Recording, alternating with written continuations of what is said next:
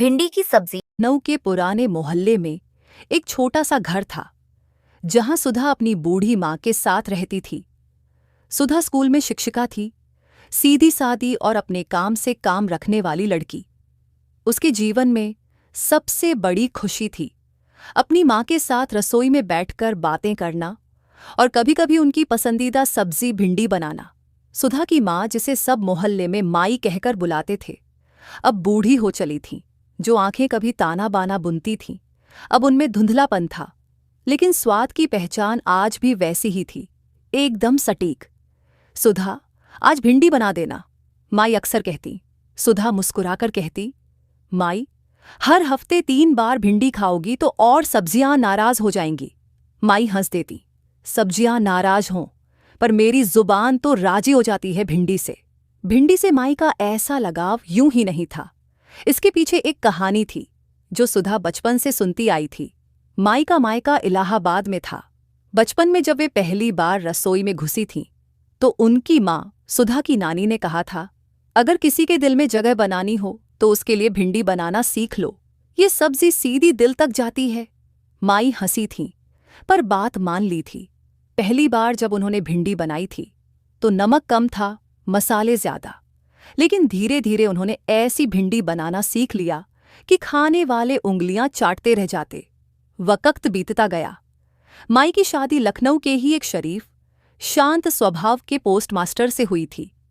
शादी के बाद पहले दिन उन्होंने जो सब्जी बनाई थी वो थी भिंडी, और उनके पति सुधा के पापा ने कहा था, अगर तुम्हारी हर बात में इतना स्वाद है जितना इस भिंडी में है तो जिंदगी बड़ी मजेदार होगी।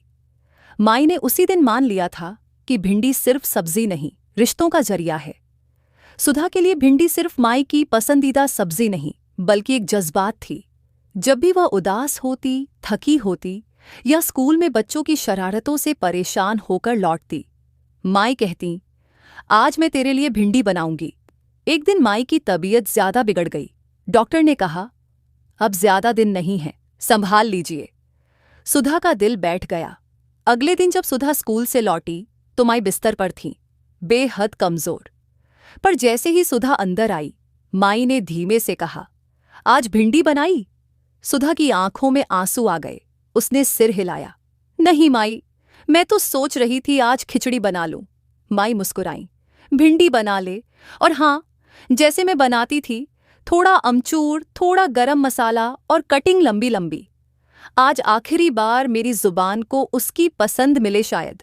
सुधा ने रसोई में जाकर वही पुरानी कढ़ाई चढ़ाई, वही मसाले निकाले और वही स्टाइल में भिंडी बनाई। भिंडी जब तैयार हुई तो सुधा ने एक थाली में परोसी और माई के पास ले आई। माई ने एक निवाला मुंह में डाला, आंखें बंद की और कहा, बस, जिंदगी का स्वाद पूरा हुआ। वो आखिरी भिंडी थी जो माई ने खाई। माई के जाने के बाद सुधा टूट गई थी। घर अब खामोश हो गया था, पर हर हफ्ते एक दिन वह भिंडी बनाती, वैसे ही जैसे माई बनाती थीं। धीरे धीरे वही भिंडी मोहल्ले में मशहूर हो गई। कोई बीमार हो, कोई उदास, सुधा भिंडी लेकर पहुंच जाती। लोगों ने कहना शुरू कर दिया, इसकी भिंडी में कुछ तो खास है, सिर्फ स्वाद नहीं, जैसे ममता घुली हो। एक दिन स्कूल में एक नया शिक्षक आया, राघव, सीधे सादे पर गहराई से भरे। पहली बार जब उन्होंने स्टाफ रूम में सुधा के टिफिन की भिंडी खाई तो चुपचाप बोले, ये भिंडी मुझे मेरी माँ की याद दिला गई। क्या मैं दोपहर आपके साथ खा सकता हूं कभी? सुधा ने सिर झुका लिया, पर होंठों पर एक मुस्कान तैर गई। कहते हैं, कुछ चीजें बहुत साधारण होकर भी असाधारण हो जाती हैं। भिंडी भी उन्हीं में से एक थी।